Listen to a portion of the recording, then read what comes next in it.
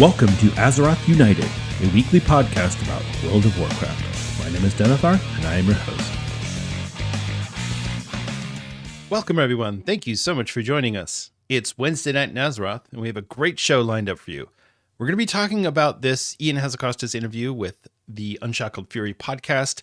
We'll get into all the details about it, but the long and the short of it is there's a whole conversation going on in the community now about the influence that content creators, YouTubers, streamers, and maybe even podcasters have on the WoW community at large, and the opinions and kind of community feeling that generates. So we'll get into that. We'll talk about it. I have a lot of thoughts and a lot of my own opinions. Whether or not anyone agrees with me, I don't know, but yeah, we'll get into all that. It's a very interesting conversation. We also have a bunch of news that we want to talk about. We've got some BlizzCon news that just came in. We've got we got the trading post. We've got some Midnight Alpha news, some Mists of Pandaria Classic news, which is a big deal since it had been kind of radio silence there. So we're going to get into all that, and hopefully we'll have a good show. So pull up a chair, sit back, relax, and enjoy. And as I always do before I get into the news, I will talk a little bit about what I got up to last week in World of Warcraft. So for me, it was all Legion Remix again. I did log on to the War Within to check the trading post really quickly, but it's whatever. I didn't actually do anything. I just logged on, checked, and was like, cool. I'll get into all the trading post stuff, but Legion Remix. So what I decided, I've been trying to do two characters at once because I've got two accounts, and I thought, well, I'll level them both up at the same time. I gear them both up at the same time, and that's just not been working. So I'm going to focus all my attention on the Arms Warrior right now. I'm having a lot more fun there. So I think that's what I'm going to do. I started soloing. I wanted to see what I could solo. Like, well, what can I do? So I tried, I started with a normal dungeon. I was like, can I do a normal dungeon? Yes, I can. It's like carving through a cake with a hot knife. So I slowly worked my way up to a Mythic 0, which it was still pretty easy. Some of the boss fights take a few minutes, up to a minute, I would say. It's not too bad, but it's been really fun. So my item level is 735. I'm almost 740. I've got a few 740 pieces already. I just have a few holdouts that I haven't been able to get those upgrades yet. Versatility is about 124, I think. Last I checked, it was 123 the other day, which I thought was the perfect number for Legion Remix, since everybody always wants a summons to the raid. But so that's been fun. Really enjoying that. So I did a Mythic 0, and then I tried normal raid, which was really cool. And one of the things that I found that is really interesting, and this is kind of my philosophy on delves too, which is you go in, you do whatever you want. If you're by yourself, I can say, okay, I'm going to blow all my cooldowns, wiping out this trash, like the Emerald Nightmare, the trash going up to the center where you have to run into Malfurion. I'm going to pull all the trash, and then I'm going to blow all my cooldowns at one shot, kill everything. And now I've got no cooldowns, right? So I'm going to go get something to drink, and then I'll come back, and then I'll move on. It changes the dynamic, right? Because if you're not rushing through things, and you're like, well, I can put everything into this and then step away for a second. And then by the time I come back, I have all my cooldowns back. And so now I go to the next boss and tear through that one. And so I think if you're trying to hurry, if you're trying to solo speed run, then yeah, okay, so you're going to do things a little differently. But if you want to solo just on your own, take your time, because then you can really just tear through some of these raids. So I think it's fun. That's what I would rather do. And then you're the only person there who you have to worry about, right? I might at some point take my other character, my Death Knight, and put her on follow, and so do that. And then I don't know, we'll see. That would be a quick way to get both of them some fragments and some motes. But that's pretty much what I got up to last week. It was interesting trying that out and kind of getting a feel for it. I know my wife has been soloing Mythics, and she's probably in the 250s or something versatility, but I'm going to get to that point. I think I'll do that this week is I'll run some keystones and see what the challenge looks like, see how hard it is, and maybe heroic raid and see what we got there. So that's the goal. That's what I've been up to. Other than that, just checking out the new content in the new phase, which we'll get into in a little bit, and and then this. So the Suramar storyline. So you have to do it. I mean, you don't have to do it, but I'm kind of like, I got to do it. So I've been running through that, and I still every time when spoiler alert, when Margot dies, I'm just like, oh, that sucks. I really liked her. Anyway, that to me, there's very few emotional moments in that entire Suramar storyline because the Nightborn are so aloof and so well, you don't belong here, an illusion, what are you hiding, and say okay, but that one got me. I was like, oh man, that sucked. I really like Margot. So anyway, the Suramar quest line is awful. It's long. It's just so long. I took a break from that and started working on the Legion Fall campaign, but anyway, that's where things are. Not a whole lot of updates there. It's pretty much the same thing everyone else is doing, which is just pounding Legion Remix. So so it's fun. It's good times. Anyway, I don't know. This will segue me into the forum post of the week, which I still don't have a bumper theme music for, but let's pretend I have one really cool. It's like, oh, that was a jamming segue music piece. Anyway, this isn't a forum post of the week, but this is a YouTube video that I saw. And so this comes from Solheim Gaming, and I am not normally a huge fan of his videos. He does some that are interesting. A lot of times he's very, shall we say, I don't know. He skews younger than I do. And so some of his takes are obviously from somebody who's a little bit more impatient, a little bit more wanting, one of these, got to put the war back in Warcraft type of people, which is fine. And I still watch his videos, but, it's not necessarily the way I view things. So that's fine. But he had a really interesting video. He was talking about the remix format and how that is going to proceed going forward. And a lot of people, and myself included, have floated the idea of doing Shadowlands Remix next. And so the conversation there was, do we go Shadowlands Remix? Do we go BFA Remix? And kind of having that conversation back and forth. I still think Shadowlands Remix is the best way to go. It's got the best mounts. It's got the best transmog. It's got the best toys. I mean, there's just some really cool stuff that you can get in Shadowlands. And if you're not worrying about the whole stupid covenant abilities and covenant swapping and all that stuff, it's actually really cool to go in and do the content. The worst part about Shadowlands, aside from the covenants, was the story. And the story just kind of stank. But if you can look past the story, then it was actually pretty good. And I was actually thinking about that. This is a little sidebar, but the whole story thing, I think people tend to forget the mechanics and the systems unless they were super egregious, like the covenants. And the thing that people remember from some of these expansions is the story. Was the story good? And so you go to Mists of Pandaria, which had a pretty good story.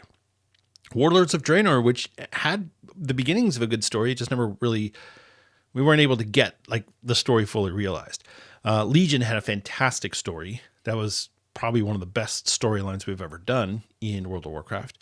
BFA was okay with the whole Sylvanas thing. That got kind of weird. Shadowlands was really bad.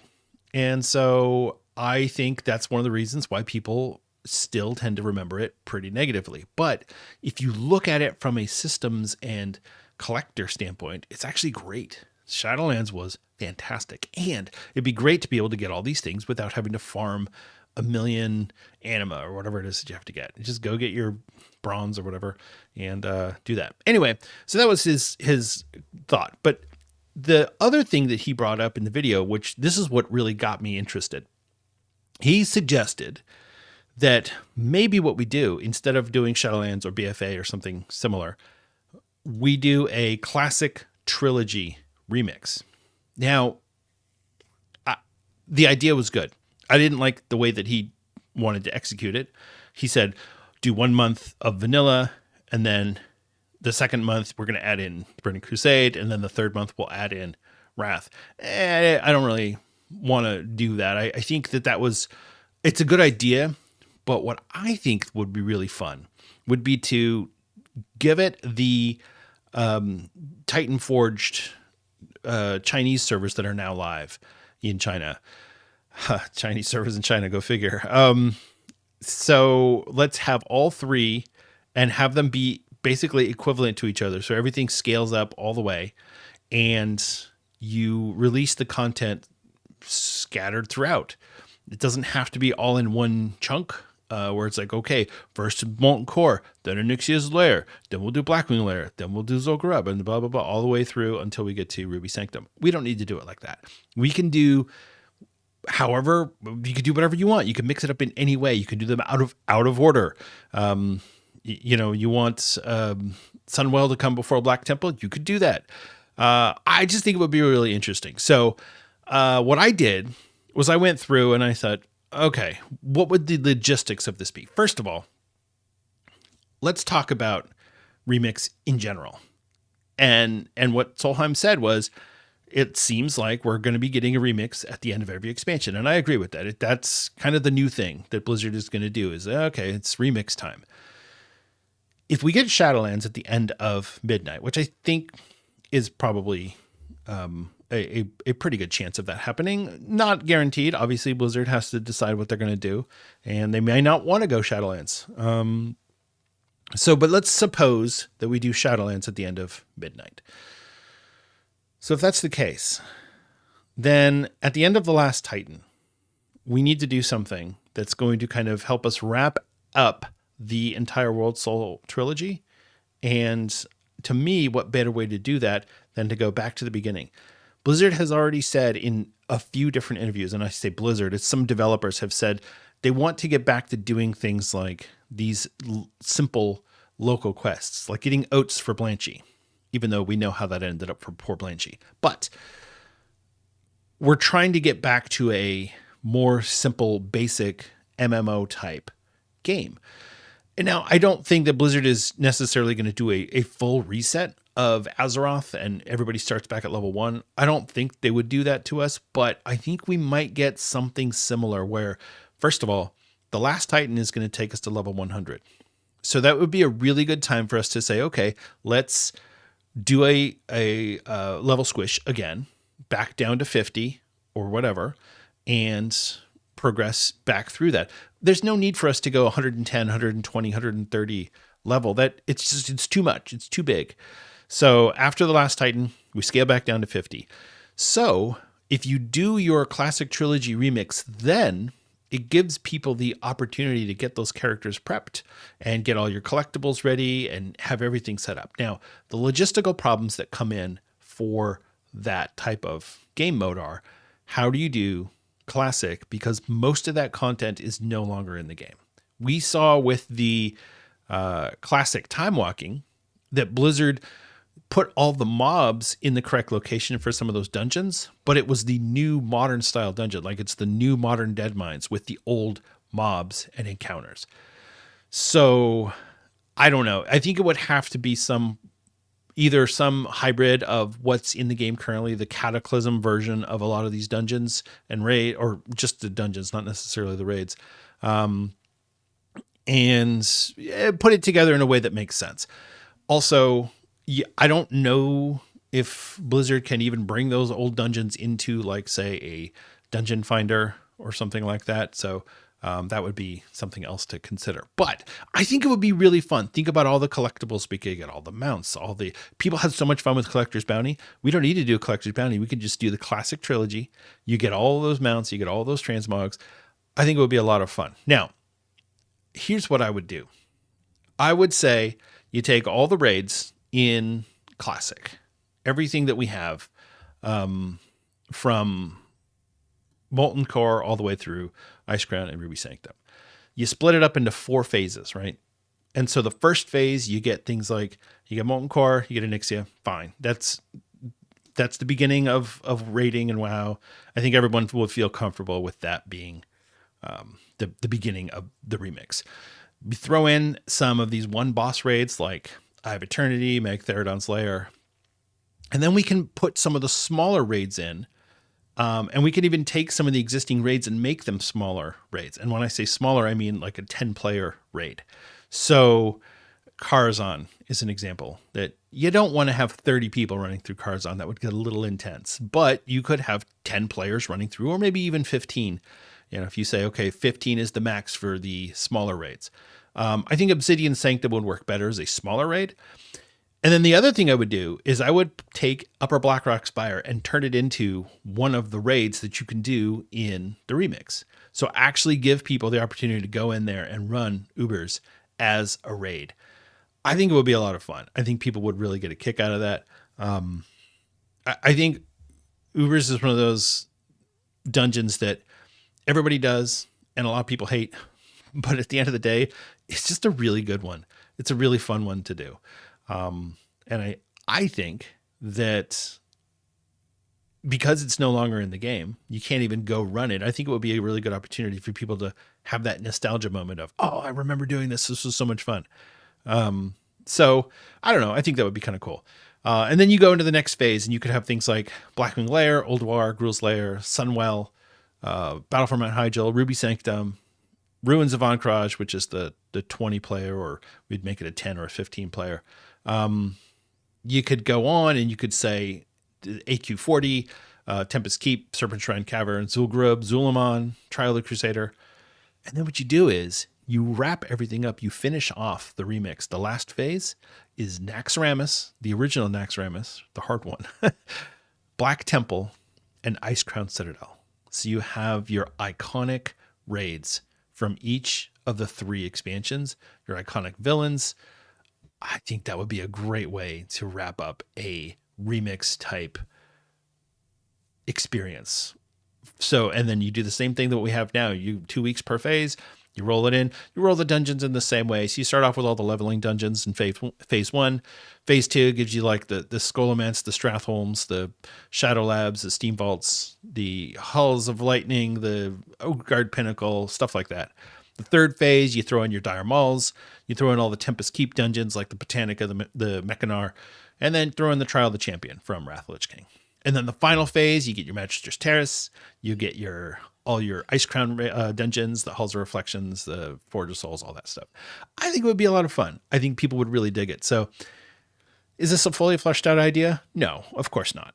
And is this a possibility that Blizzard might do something like this? I think it's possible because this is what they've done for China. Even if they just give us the exact same thing that they did in China, but modified for Western audiences, I think it could work. I think this is something that we could actually do and enjoy. So I don't know. Let me know what you think. I personally think this would be really fun. I'd love to go back and do all those old raids, especially before getting into things like Dragonflight Remix or the War Within Remix. I'm not ready for that yet. So yeah, anyway, that's my thought. All right, let's move on because like I said, it's a good idea, but obviously there's a huge mountain of logistical issues that you'd have to get through. Not the least of which is how do you do all the vanilla/classic content? You'd have to go with one version of Nax. You'd have to go with one version of Onyxia because those raids were both recreated. So I don't know. And like I said, you've got things like Zul'Grub, Zul'Aman. Those are now heroic dungeons instead of raids. So you'd have to come back with the raids. How do you handle things like the mounts that were limited time? Do you let people get the bear mount from ZA? I don't know. Do you let people get the achievement from doing Nax that you could do in Wrath of the Lich King? What if we do the vanilla? I mean, there's a lot of questions that aren't answerable right now, especially because this isn't even something the Blizzard has discussed. But I think it would be kind of fun to play around with this idea. So let me know what you think. All right. The last thing before we get into the news is we do have a new Spotify comment that I wanted to read. This is coming from Daniel. This came to us last week on October 30th. And he says, I just wanted to say I've really been enjoying your podcast after I started listening about a week ago. I love the intro music you have and the quiet storming music that you have going during the main topic section. Super awesome. Thank you. That's actually something that I try really hard to have good music that not just bumpers, but you have your bed of music that you play while you're going through the topic, so that the Stormwind music is actually just the lo-fi remix music that Blizzard put out a few years ago. It's the one where you have like Jaina sitting at a desk studying or whatever. So I lifted it from there, and it's one of those things that it's really good. I really like it. And then the intro music. So the band that so I got the intro music. It's from a royalty-free website, and I do have the credits in the podcast show notes, and it's also in the YouTube video, but it's called Gone Full Metal Jacket Mix for Tobias by Scomber. And I just really liked it. I tried a couple different ones. I tried a few different intros and the music, and this is the one that I stuck with. I don't know if I might someday replace it, come up with something else. I've thought about going onto like a Fiverr or something like that and hiring somebody to create an original piece of music that's just for the podcast, but we're not there yet. So anyway, thank you so much, Daniel, for your comment. I really do appreciate it, and I'm glad that you're enjoying the show. All right, let's move on to the news.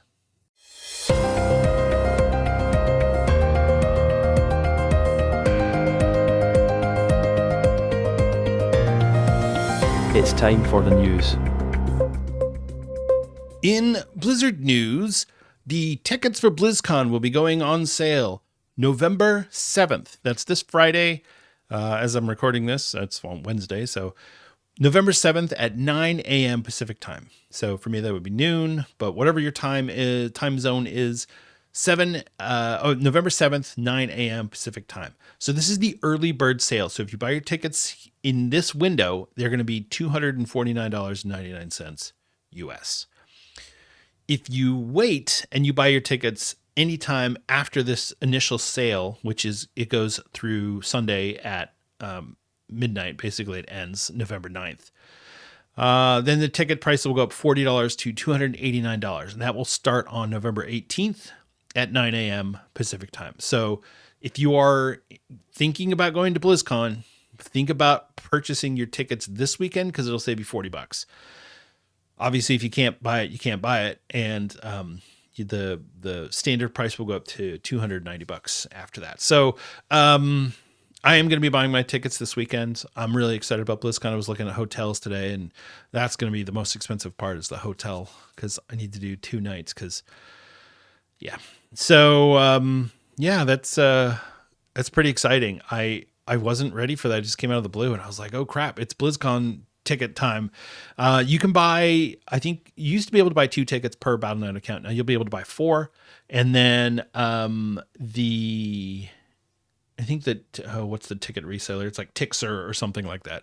Anyway, I'll put the link to the website in the show notes so that you can go on there. But definitely, if you want to buy your tickets for BlizzCon, go check it out. I will be there. I don't know if I'm going to try and set up like a meet and greet. If anybody wants to meet up and say hi, I'll probably evaluate that as we get closer to the time for BlizzCon. But I definitely will be there, and I'm looking forward to it. I'm not looking forward to spending the money. So my oldest daughter is getting married next year in Los Angeles. So I'm going to have to fly out to Los Angeles for that. And then a few months later, I'm going to have to fly out again to Los Angeles for BlizzCon. So I'm going to be spending a lot of money on plane tickets next year. And so anyway, that's what's going on there. In addition to the tickets, you can also purchase add-ons, which I don't know exactly what this entails, but there's a charity night, which is the Friday before BlizzCon. It's like a charity dinner, and you get like priority seating for the opening ceremony and stuff like that. That's $500. So you have to buy your BlizzCon ticket and buy the charity night add-on. So all told, it would be, if you bought your ticket on Friday it would be $750. So if you got that kind of money and you want to get the charity that they're supporting is Make-A-Wish Foundation. So it's definitely a worthwhile charity. And then there's also the Dark Moon Fair after hours. So the Dark Moon Fair is like the fun thing that you can go play games and win prizes and stuff at BlizzCon. And then I guess they're doing an after hours thing where I'm assuming there's going to be booze and whatnot. So if you're into that, go ahead and check that out. That one is $90 or $89.99 USD. So that's it. BlizzCon 2026 tickets are announced, and we know when they're going to go on sale. November 7th for the early bird and November 18th for the standard. All right, let's move on. We have a couple of different things that we're going to talk about. We've got Legion Remix. Phase 3 Legion Fall is now live. That includes the Broken Shore, Tomb of Sargeras, and Cathedral of Eternal Night. People are crying already on Reddit and the WoW forums because the Kill Jaden fight actually requires you to do the mechanics properly, which if you've ever tried to solo that, you know what a pain in the ass that is. So yeah, people are having a good time with that. And then Cathedral, which is a whatever dungeon. That's probably one of my least favorite Legion dungeons. That one is just kind of for me.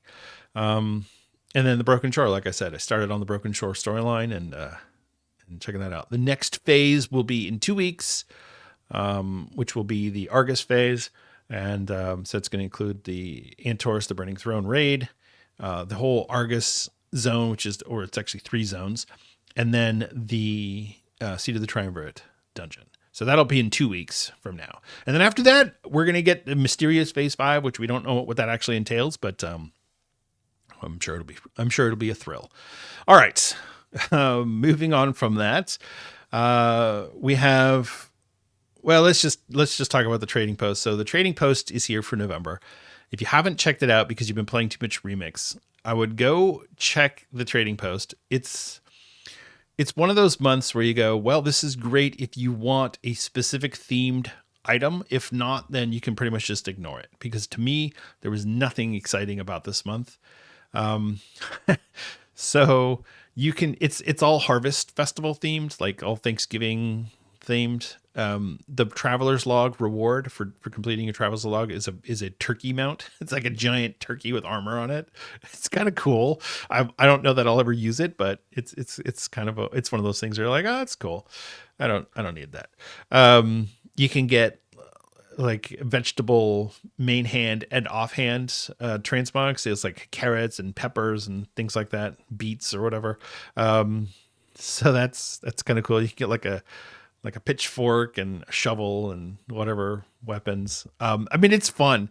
And if you want to kind of go with the theme of the month and have some fun with your character, it's a great trading post to do. So I would definitely go check it out, especially if you are into kind of some of the more fun and lighthearted transmogs. This might definitely be the month for you. There's another turkey mount that's on there, which is 500 gold or 500 tenders. But then you will get the one from the Traveler's Log, assuming you complete that. And then there's some repeat things that came back. The one that was notable is the Sylvanas Dark Ranger transmog set. If you didn't get that the first time around, definitely get it this time around. I think it's like 700 tendies. So definitely check that out. So that's the trading post for November. The turkey mount just cracks me up. I've got a picture of it right here on my show notes, and I keep looking at it and laughing because it's ridiculous. I'll have to have somebody ride around on that for a while, especially in like the Emerald Nightmare where you have to get on your mount after killing the bosses so you can jump off the edge. That would be great on the turkey mount. So, all right, let's talk about Mists of Pandaria Classic. So I did a show a couple weeks ago where I talked about how Blizzard has basically said nothing about what's going on with the Classic, and we don't even have news on Throne of Thunder or when it's going to be or anything like that. Well, we finally have some news on this. The Throne of Thunder PTR is up. So it's going to be the Throne of Thunder raid. It's going to be the Isle of Thunder and I think the Isle of Giants as well. All that content will be available in what they're calling patch 5.5.3, which is essentially phase 3 of Mists of Pandaria Classic. So they're doing raid testing for Throne of Thunder right now. The first test is actually live as I speak. It's going from November 4th through November 7th. And then the test number 2 will be November 14th to November 17th. So going based off of that, I would assume we're going to get a couple weeks after all the raid testing is done so that they can work out all the bugs and decide if they want to possibly do one more test, which in my book, since we already know that patch 11.2.7, Ion the War Within, is going to go live on December 2nd, I think that probably ends up putting the launch date for Mists of Pandaria Phase 3 on December 9th. So, if you are familiar with mathematics, then you can look at the launch date for Mists of Pandaria Classic, which was July 21st, and realize that that's 20 weeks for the entirety of the first season of Mists of Pandaria Classic. And so then we'll be moving into season 2, which is the Throne of Thunder. I feel like that's a good length of time. I feel like 20 weeks per each of these sections would be good. So you do 20 weeks of the first 3 raids, 20 weeks of Throne of Thunder, and then we'll do 20 or so weeks of Siege of Orgrimmar. I think Blizzard should troll people and just have Siege of Orgrimmar go for a year and a half and just be like, I don't know, that's all you got. just to, it'd be a hashtag no changes. Yeah, no, please don't. Anyway, that's what's going on there. The other really interesting thing about this is that they're changing the way Thunder Forging works. So if you remember back in Mists of Pandaria, when Throne of Thunder came out, you were able to get Thunder Forged items, and the Thunder Forged items were a little bit higher item level. So that was kind of cool. You could have higher item level gear. The problem with it is that it created this feeling for people that if I don't have Thunder Forged gear, then my gear isn't BIS. Even if you have your best in slot item, the best thing that you could get, if it's not Thunder Forged, keep trying, loser. So what Blizzard has decided to do to kind of stave this off, because they recognize that was a problem, and that I think the Thunder Forging it was all the way through BFA that you could still have items that were a little bit higher item level, and it caused a lot of problems. So what they're going to do is the Thunder Forged gear will be 6 item levels higher than normal gear. So whether it's heroic or normal raid, either way, it's going to be plus 6 item levels. And then you can't upgrade that gear. But if you get a regular piece of gear, whether it's normal or heroic, you'll be able to upgrade it twice to be the same item level as your Thunder Forged gear, which I think is a good compromise, because instead of giving people something better than you can get normally, it gives you just an advantage on what you could get normally. It's like if you get a piece of champion gear right now and you have to upgrade it all the way from 1 of 8 to 8 of 8, that takes a lot of crests and a lot of Valor Stones. But if you get a piece of hero track gear that's 1 out of 6 or 1 out of 8, to upgrade that to 4 out of 8, it is going to take you a lot less in terms of the effort and resources. So you're still going to get to the same place, because unless you're using your gilded crests on hero track gear for some reason, you're going to get to the same item level regardless, whether it's hero track or champion track. It's just that hero track is a little bit cheaper to get to that point.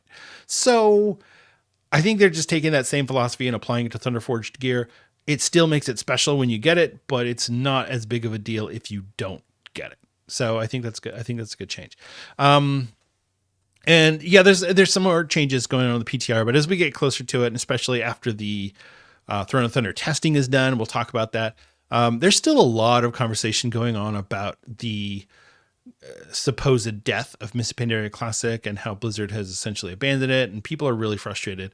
We'll get into it more later. I don't want to weigh this down with a bunch of whining and speculation, but it is a thing that people are really frustrated with. So, okay, let's talk about the Midnight Alpha and beta testing. So Midnight Alpha Phase 5 is now live.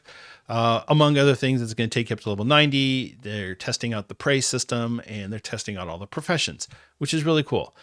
I think this is the last planned phase for the alpha. So if they're going to do anything else, that's cool. But the beta will release on November 11th. We know that for sure. Blizzard announced it. You can opt into the beta on Blizzard's website. You can also get guaranteed beta access by pre-purchasing the Epic Edition of Midnight.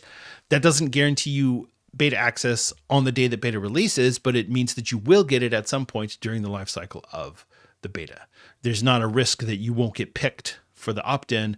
No, this is a guarantee. It's just a matter of when you're going to get it. So, that's where we are on that. So if you haven't already purchased your Epic Edition, which is the $90 one, look, man, Blizzard's making their cash. They got your BlizzCon tickets, you got your opt-in, or your Epic Edition for beta. I don't want to get into it, but there is some data mining that the Brutosaur might be making a return at some point in Midnight. So we'll see how that goes. Anyway, speaking of data mining, there was a data mined screenshot or a splash screen for the pre-patch event for Midnight.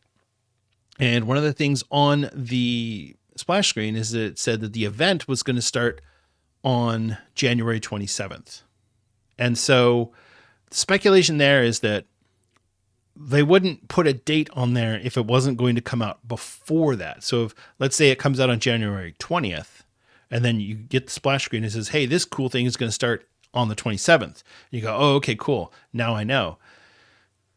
So that really gives us some idea of when the pre-patch is going to, or at least when it's planned. We still don't know. Things could change. Remix is supposed to end on January 19th. So conveniently enough, that would be perfect timing. I don't know if that's what they're going to do, but it seems likely that that's the case. So if we do January 20th for the pre-patch, the pre-patches recently have been 5 weeks. So if we go 5 weeks out from January 20th, that puts us at February 23rd for the launch of Midnight, which is earlier than I had anticipated. That would also put the early access on February 19th or the 20th, depending on how many days they want to give us for the Epic Edition purchasers. So, February 23rd is looking likely for the launch of Midnight. Now, again, this is all speculation. We don't know. All of this could change. We could have a 7-week pre-patch. We don't know. But that's what it's looking like right now, is that February 23rd for the launch of Midnight, based on January 20th for the 12.0. whatever pre-patch. So there you go. That's what we're looking at. It's exciting stuff. Still no word on the pre-patch for the Burning Crusade, although the speculation is that will actually come before the pre-patch for Midnight. But again, we don't know. So it could be pushed out. No idea. We're just going to wait and see on that, really is all we can do for anniversary servers. So there you go. That's what's going on with World of Warcraft Midnight. The final thing that we'll talk about in the news is that there was a post that came out last week, and we all saw the downtime that happened on Tuesday, where it was 8 hours, and we're kind of like, well, there was really no content. All they did was unlock the phase 3 of Legion Remix, but the classic servers were also down for 8 hours. So everything was down, and there was a lot of speculation why. Well, this particular tweet from almost a week ago, I think it explains everything that's going on right now and why things are so weird, why it seems like Blizzard is doing a lot of work and we're not getting anything out of it. So this is from Tom Ellis, who's one of the, I think he's one of the infrastructure guys on the classic team. He's basically the one who manages the code base and the servers and all of that. So I'll just read to you the beginning of his tweet, and then we can kind of go into it. So he says, what's going on with these classic patches with no content, but new bugs? Fair question. Without seeing under the hood, this probably seems like madness. Let me shed a little light. Classic sucks. All right, wait for that to get screenshotted, and let's move on. Classic sucks to deal with from a live ops server code point of view, because Classic is by design an older version of the game, is not under constant development, and doesn't receive a constant feed of update patches. It often sits around for long periods of time. While it's doing that, its code is getting old. We would frequently run into issues where classic versions of the game would hit crashes and bugs that we had fixed in mainline long ago. When things would go wrong in Classic, engineers would have to travel back in time to reread how the old code was doing things versus the new hotness they were used to working with and debugging more often. And he goes into a lot of details about how they're doing this, but the long and the short of it is, when you have two separate code bases that are both essentially in the same realm, but they are separated. We have retail and we have classic. And then you also have the classic era branch of that. They're all operating on different code base. And the goal here is, what they want to do is they want to have it so that everybody is operating off of the same code base with just their specific things in place. So you just have the classic items, or the classic settings in place on the one side and the War Within settings on the other side. It's a little weird. Weird. But what it essentially boils down to is they need to do this to maintain the two separate code bases. What he's saying is that when code rots, when it gets old, you have things that aren't going to work correctly. And so when then you put in a new update and you don't know why things don't work right. And so now you have to go back through the old code and go back through old patch notes and understand how things were changed and try to figure out what it was that the engineers at that time did. It's not just a matter of having the Wowhead database and just plug in the numbers. You actually have to change the code and understand how that works. So they have to actually go and dig into this code line by line and figure out where these things are. And it's horribly inefficient and time consuming. And as we know, Blizzard doesn't have a lot of the same employees that they used to have, because they had to let a lot of people go for the whole Microsoft bottom line thing. We talked about the Microsoft 30% profit margin thing. That's part of it, is that you don't need all these people. You need to develop systems to support this. And that's what they're doing. Instead of hiring engineers to go through the code line by line, you hire a DevOps person to come in and synchronize your code bases so that when you make changes to one, you make changes across the board. That's the modern way of managing multiple streams of code, which is what they're doing. The problem there is that when you do that, it can then introduce new problems where some code might work for the War Within. It's not necessarily going to work for Mists of Pandaria Classic, which is where the raids aren't dropping gold bug came in, which we all thought, oh, they're just changing it so that you don't get gold from old raids anymore. No, apparently that was a mistake. Even though somebody tweeted, yes, this is intentional from Blizzard, and then they had to go back and retract that statement, like, no, I was wrong. It's a mess. But the idea is, over time, these code bases will sync up and it will be a lot easier to maintain them, because then all you have to do is modify the delta and the code base across the board will be the same. So is this a nerdy tech issue? Yes, it is.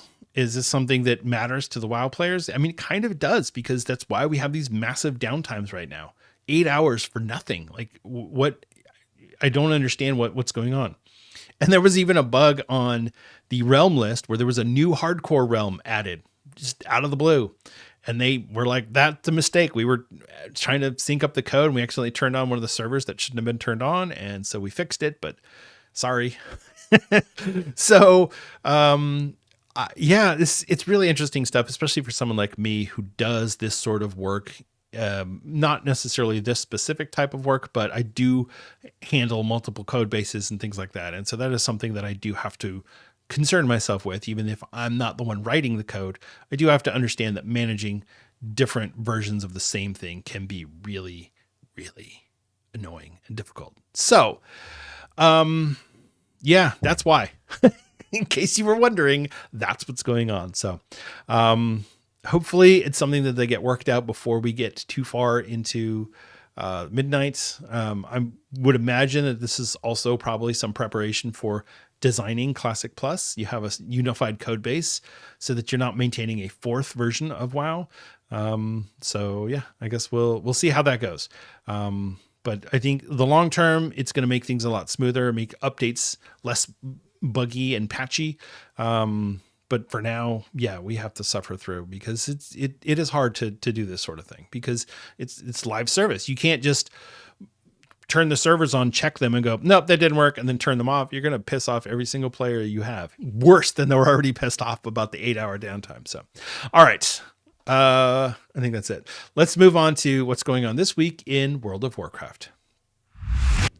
All right. This is the bonus event this week is Legion Time Walking. Great timing. I think you could have skipped this one. I think it would have been okay to skip Legion Time Walking during the Legion Remix event, but who am I? I don't know anything.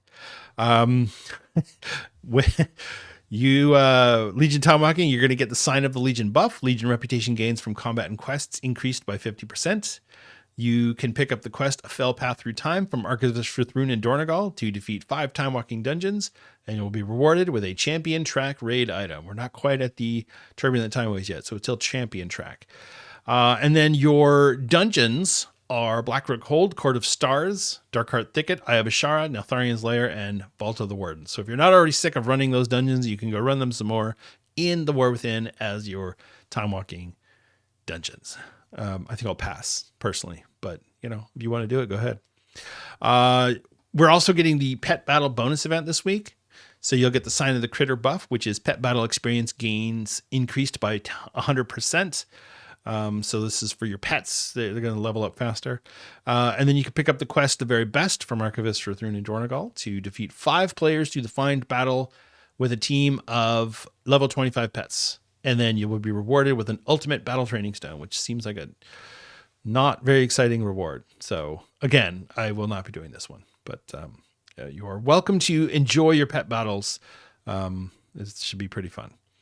The PvP brawl for the week is Warsong Scramble. Do you have a flag? Warsong Gulch has always been the scene of an epic capture the flag battle, but what happens when you capture an enemy's flag without your own at base? Or if there are multiple flags at each base? Find out when you step into this PvP brawl. We've added a few more power-ups to the field of battle to stir things up a bit. To win, your team will need to be the first to capture 10 flags. This one's really fun. I like this one. It's fast. It's chaotic. People still decide they need to go fight in mid for some bizarre reason, but yeah, this one's fun. When you zone in, you'll get the quest Something Different to win a PvP brawl, and you'll be rewarded with Conquest, Honor, and Marks of Honor. And finally, the Darkmoon Fair is still in town. It will be here until November 8th.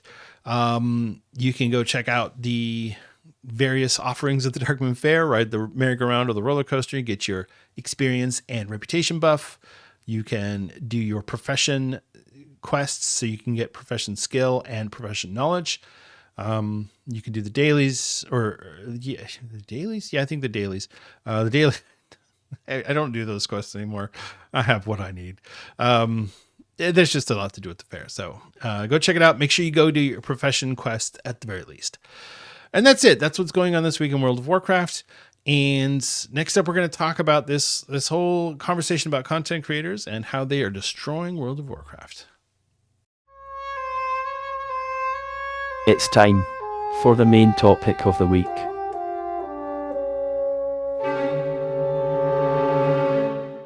All right. Of course, I'm being cheeky. Content creators are not destroying World of Warcraft, but it is an interesting topic to think about and discuss. So if you're not familiar, the Unshackled Fury podcast is one of the great WoW podcasts out there right now, hosted by Berserker and Jez Corden. They are they're a fantastic team. Berserker is like one of my favorite podcast hosts. He's got a great podcast voice, super professional. I love it. So they managed to score an interview with Ion Hazzikostas, and I'm going to assume that worked. That's because Jez Corden works for the Windows Central website, so you got some connections there. But whatever the reason, it was a great get for them. I'm really happy that they were able to get that interview, and I really enjoyed it personally.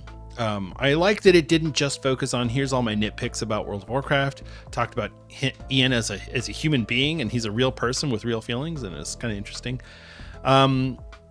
One of the things that they got up to in the interview, though, was discussing how feedback is perceived by Blizzard. So if you've ever been to BlizzCon, you may have seen Ion Hazzikostas actually walking around talking to people and greeting fans and listening to them and talking to them. And one of the things that he said, which I found super fascinating, and so did a lot of the community, is that through 2016, 2017, the feedback that he got was very personal. People told him about the issues that were affecting them and that they cared about. And then something started to change, and over time he started hearing more consistent talking points and more consistent themes and ideas that repeated themselves over and over again. And what he said is he knows within the first few seconds of talking to somebody which YouTube video they've watched and where they're getting their ideas from, and what their feedback is based on just how it's introduced. And what he means by that is that which content creator has influenced them to think a certain way. Now, you could go a lot of ways with this, and you could say that he's being super cynical, and maybe in some degrees he is, but I also think that there's some validity to that because I've seen it online, whether it's Reddit, the WoW forums, MMO Champion, Twitter, pick a YouTube comments, pick a spot. People will argue with you for the sake of arguing if you disagree with their favorite content creator. And I normally don't like to get on a soapbox and talk about, this person and that person, but there's certain content creators who have a pretty big voice in the Warcraft community. So, talking about people like Bellular, people like Asmongold, people like Taliesin.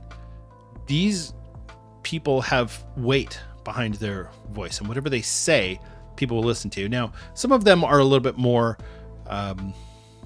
seem a little bit more normal, whereas some of these content creators, they're running a business, and some of their opinions might be, I don't want to say they're corporatized opinions, but they're definitely an opinion that is designed a very specific way to generate certain feedback from a YouTube fan base or from a Twitch fan base or whatever it is.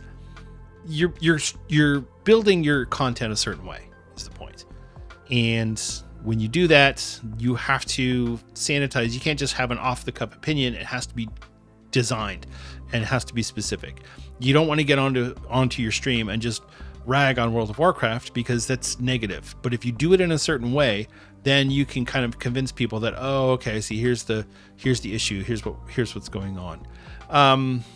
So one of the examples that Ian gave was this whole idea of Mythic Plus affixes. So if you are familiar with Mythic Plus at all, you know that there have been a lot of changes to Mythic Plus within the last few years.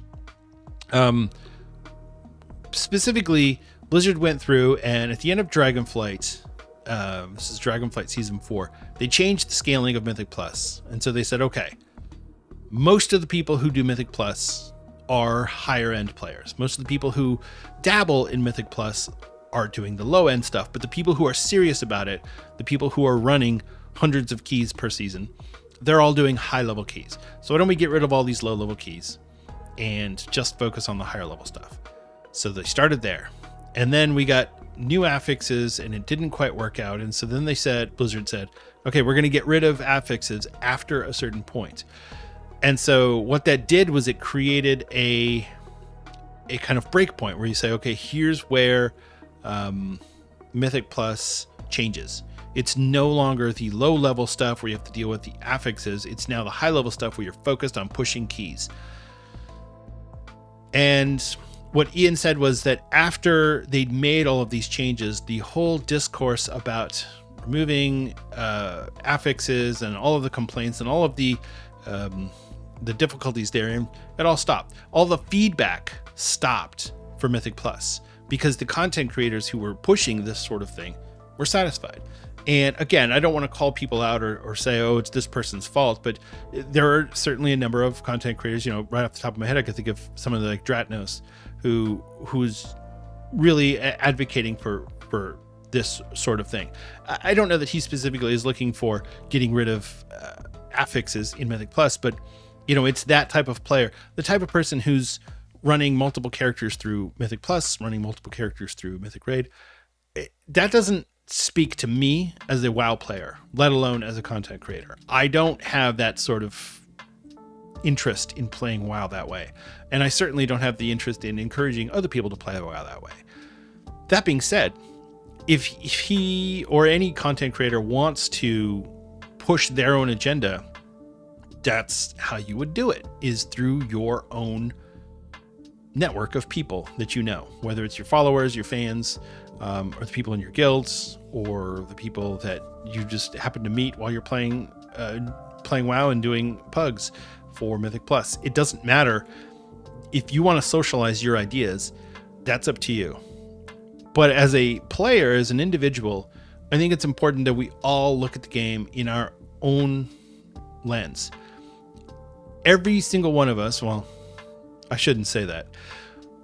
Most of us have probably gone and said, I want to play this new character, or I want to try a new spec, or I haven't played this character for a long time. I don't know how to play them anymore because everything's changed. And so you go onto Wowhead and you pull up the talent build, and here's the stat priority, and here's your builds, and here's the consumables you should use. And you just take it and you just go with it. And it's really easy because it's a really good jumping on spot where you say, I'm just going to jump into this and here's what I'm going to do. The problem with that is that we are taking the ideas of one person in the instance of like a class guide. Wowhead has class guides. They're written by one person. So what you do is you here's this one person's thoughts on it. And sometimes it's based on practice and experience and experimentation, and sometimes it's based off of just looking at the numbers and going, here's what looks like it's going to make the best or the most damage or whatever it is. The problem is that it discourages people from thinking for themselves. Instead of going through and testing out talent builds and trying out different talents, you're now stuck in this is the correct way to play. And not only that, if somebody else sees that you're trying out your talents and experimenting, they're going to question, why are you using the wrong talent build? This is the incorrect way to play this character. You should be doing it this other way. If you don't, you should just quit the game.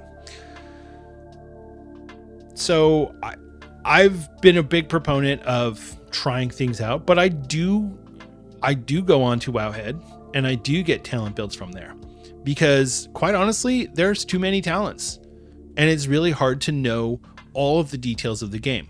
So what ends up happening is you have these professional WoW players.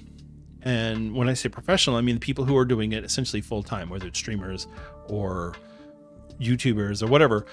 They are creating these talent builds that you don't have the time and energy to research and to put into. So that's what ends up getting out onto Wowhead or Icy Veins or whatever it is you're going onto. Now, that might technically be the most effective talent build or whatever, but I don't necessarily have the ability to play the way that talent build might require me to. A really good example of this is the Havoc Demon Hunter. So you had the movement specialization, and I can't think of the names of the talents off the top of my head, but if you've played a Havoc Demon Hunter in the last few years, you know that there's this, you have to fell rush, and then you have to jump backwards, and then you do your abilities, and that increases your damage, and if you do these things in a certain way, then it's going to increase your DPS. It's incredibly hard to do it, and I've really struggled with it. It's doable. I'm not saying it's not doable. I was able to do it, but it's hard. And if you're just starting off and you like, oh, this looks cool, I'm going to be like Illidan, I have an I-beam and this will be really fun. And then you download the talent build and you're like, this sucks. This is really hard. I don't like this at all. Illidan doesn't play like this. This is no fun. So the point here that I'm trying to make in a very, very roundabout way is that it's really easy to just take whatever's out there and say, okay, this is now fact. And so if that information is something like affixes are bad for Mythic Plus, well, that's going to be accepted as fact by a good majority of the community. And it wasn't just one content creator who was saying that. It was many who were saying, get rid of affixes suck. And to be fair, a lot of the affixes that we had at that time did suck. They were terrible. Things like bolstering or sanguine, those are awful affixes. At least Blizzard had already gotten rid of the terrible ones like necrotic and things like that. Overall, the affixes in Mythic Plus were bad, but that wasn't necessarily the solution for Mythic Plus, because now what's happened with Mythic Plus is that there's no low level game for Mythic Plus. Mythic Plus essentially starts at 12, which is crazy to think about, but that's the reality now. I heard somebody say the other day, 3K is the new 2K. So if you have a 2,000 Raider IO, nobody cares. You're a loser. I mean, you should have that on the first week of a season. 3,000 is what you need to have. And that's what everyone is going to expect you to be at. 3,000, not 2,000. And so again, we're raising the bar. We're pushing up Mythic Plus. I used to love Mythic Plus. It used to be my favorite game mode. I don't like it at all anymore. I might try it out come midnight because of the change with add-ons and simplifying gameplay, but I still have not really enjoyed Mythic Plus since they made the change to essentially push up the difficulty ladder of Mythic Plus. And I feel like that was a change that was driven by high-level content creators, streamers, YouTubers, and the like. So then someday I hate content creators because, as I've said before, and even in a small capacity, I am a content creator. I create content for World of Warcraft by talking into a microphone and telling people what I think. I don't expect anyone to listen to what I have to say. I don't expect anyone to follow me and to support my opinions and feelings. I don't like to do hot takes for that reason, where I go, well, here's a hot take. I think that Blizzard ought to do X, Y, Z. I don't like to do that, because I don't want to get on here and sound like I'm trying to decide what everyone else should be doing with their time in game. My hot take is play the game and have fun and be nice to people. That's my hot take. So I don't know.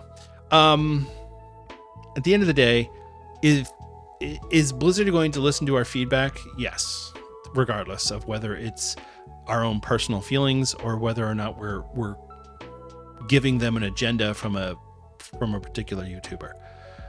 I get it. It does sound a little weird when you frame it that way, but we are all people and we all want to play the game. And if you feel like your opinions align really well with the Bellulars of the world, then great. That's great. Go for it. If that's what you want to do, that's what you want to do. If you feel like you need to just kind of do your own thing in game, that's great too. But honestly, for the most part, if people who are listening to a World of Warcraft podcast are probably also watching World of Warcraft YouTube videos. And so I think probably every single one of you has at least an idea of what I'm talking about when I say that some of these content creators just they're giving you their own ideas and expecting you to run with it. So again, I don't think that's inherently a bad thing. I think the problem is that it encourages us to not think for ourselves and to not really put forth the effort to experiment in the game. One YouTuber who I really like, and I was talking about Havoc Demon Hunter. If you know Jedith, he's a fantastic YouTuber. He did a video where he was talking about Havoc, and I think this was season 2 of The War Within, because that's when I played my Demon Hunter, was season 2 for Undermine. He actually went on to the PTR in advance of season 2. He went on to the PTR and he tried out every single talent, experimented with it, and this is on his stream. So he went through and he tried each one out. Here's how this works. Here's how that works. This one feels good. This one doesn't feel good. This one does more damage. This one does less damage. This one's hard to play. This one's easier to play. He went through every single talent. Tell me, honestly, when was the last time you went through every single talent in your character? Now, granted, he's a professional WoW player. This is what he does. He streams WoW for money, and that's where he's making his money. So of course it is in his best interest to have knowledge on that. But still, when's the last time you tested every single talent on your character? For me, it's never. I've never done that. I've always had at least an idea of, all right, here's my rough guide for how I'm going to set up my talents. Sometimes what I do is I go through and I get all the talent builds, and then I go, I'm never going to use this, so I'm going to find a different talent. It just really depends on how you want to play the game and what content you're doing. Because if you're raiding, you're going to have to do things a little bit differently. Maybe you do have to pick out some of these, you have to have this talent type things. But if you're just doing delves or running Mythic Plus, you can kind of do whatever you want as long as you understand what your role is. You need to have interrupts. You need to have crowd control. You need to have stuns or whatever it is. As long as you understand that, then it's fine. You know, if I was playing my Arms Warrior and I was doing Mythic Plus and I decided I don't need Shockwave, that's a waste. It's okay, but it's going to be rough for the group when I need to do an AoE stun and I can't because I don't have Shockwave. So just to encourage everyone you don't need to exclusively think for yourself. I don't feel like that's even realistic in today's day and age, but do try to come up with your own opinions on things. It's not necessary to just parrot whatever a specific content creator might say. It's okay to agree with them, and I do often. I'll tell you, I agree with Bellular a lot.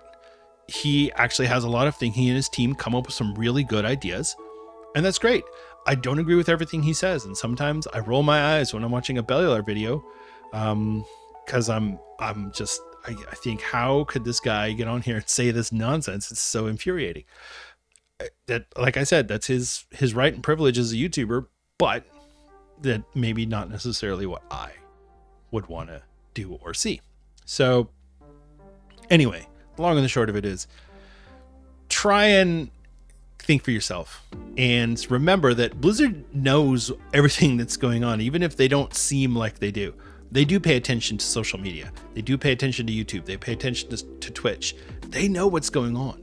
And if you think that Blizzard is out of touch, they're not. They are just not going to necessarily, they don't necessarily feel like they need to give you the warm and fuzzies on, oh, well, here's what we're doing, and here's what we're going to change, and here's what we're working on. They'll give you that information when they're ready to, and not before. And so I think sometimes the community gets frustrated. They go, well, we haven't heard anything. I just did a video, or I just did a podcast episode about how there's no information and no communication about Classic. Well, obviously they're working on it. Obviously they have plans. I'm just one of these community members who's frustrated that we don't know what those plans are. And I want to know so that I can make decisions going forward. So I think it's important that we just remember that they are paying attention. They are working on things. They do understand the game. They do understand World of Warcraft. Maybe it's not exactly what you would want to do or what your favorite content creator would want to do, but they do get it. And they do want to make the best game for us. So continue giving them feedback. And if you see Ian at BlizzCon this year, tell him what you think. Tell him what you think and see how he reacts to that. So, all right. I think that's it. Like I said, I saw that interview, and it was a great interview. If you haven't checked it out, go look for the Unshackled Fury podcast. Berserker is the host, and then Jez Corden is his co-host. It's a great podcast. I think it comes out every 2 weeks or so. And then they usually take a break over the summer where it's summer vacation time. So, but yeah, definitely go check that one out. That's one of the good ones. So, and that's going to wrap up our show for today. Thank you so much for listening and for watching. I really do appreciate it. It is always a pleasure and a privilege for me to get on this microphone and speak to you. If you are enjoying the show and you would like to help us out a little bit, you could consider giving us a rating on Apple Podcasts or Spotify. Those really help out with the distribution. You could also potentially give us a review or a comment on either of those platforms. That also really helps out. And as I did earlier in the show, if you leave a comment or a review, I will read it on the air. So yeah, it's, like I said before, if you want to say something funny, go for it. If you want to say something rude, I'd prefer you didn't, but if you want to, go ahead and I'll still read it. If you're watching this on YouTube, you could help us out by giving us a like and a subscribe, and leave a comment, or even just an emoji. If you just want to give me a thumbs up in the comments, that would help out tremendously. So I would definitely appreciate that. And if you want to do a little bit more to help out with the production of the show, you could consider joining our Patreon. It's patreon.com/Azeroth United. And that's where you could give your IRL money to help out with some of the production costs of the show. It is not free to host a podcast. It does cost me money. I'm doing this for fun, so I'm not trying to make a living off of it, but it always helps out to have a few extra bucks to help pay the bills. So we have 3 different tiers of patrons. We've got a free tier, so you can just jump on there and see what's going on the Patreon. We also have 2 paid tiers. Our top tier is the friend of the show patrons, and I would like to thank those people now. That is Judge Omni, Stuglife, Theliel, Greybeard, and Raven. Thank you all so much. I really do appreciate it. You definitely help make Azeroth United possible. We also have a new free patron this month, or this week, which is Bear. Thank you so much for joining. I really do appreciate that as well. And hope you are having a good time and enjoying the show. And then I think that's about it. If you want to get a hold of me directly, you can always reach me. There's a couple different ways. You can get onto the Discord, which is AzerothUnitedPod.com. Check that out, and you can get on the Discord, and it's got all the links and everything on the website. You could also send me a message on Twitter or Blue Sky. I'm at Denethar on both of those platforms. So if you want to send me a message, get a hold of me, chit chat, just talk about sports or movies or whatever, send me a message. I'm there, and I don't get on Blue Sky as often, but I do check it. Either every day or every other day, I'll get on Blue Sky. So, and I think that's about it. So, thank you again so much for listening. It's been fun, and looking forward to BlizzCon. I hope I will see some of you there, and I think that would be really fun. Or awkward. One of the two. It'll either be really fun or really awkward. I'll probably just end up at the Hilton lobby and grab a drink or something. But anyway, thank you again so much. It's been a good time doing the podcast. I'm really enjoying it. So I really appreciate people responding and enjoying that as well. So remember to be good to each other out there. It's a real life person on the other side of that keyboard, and maybe they don't want to go to BlizzCon and they think you're stupid for spending your money on it. Well, that's their choice, but they're going to miss out on a good time. Anyway, be good to each other, and just remember to smile and just be nice. It doesn't hurt to be nice. It doesn't cost you anything extra to smile. All right. Take care. I love you all, and I'll see you in Azeroth.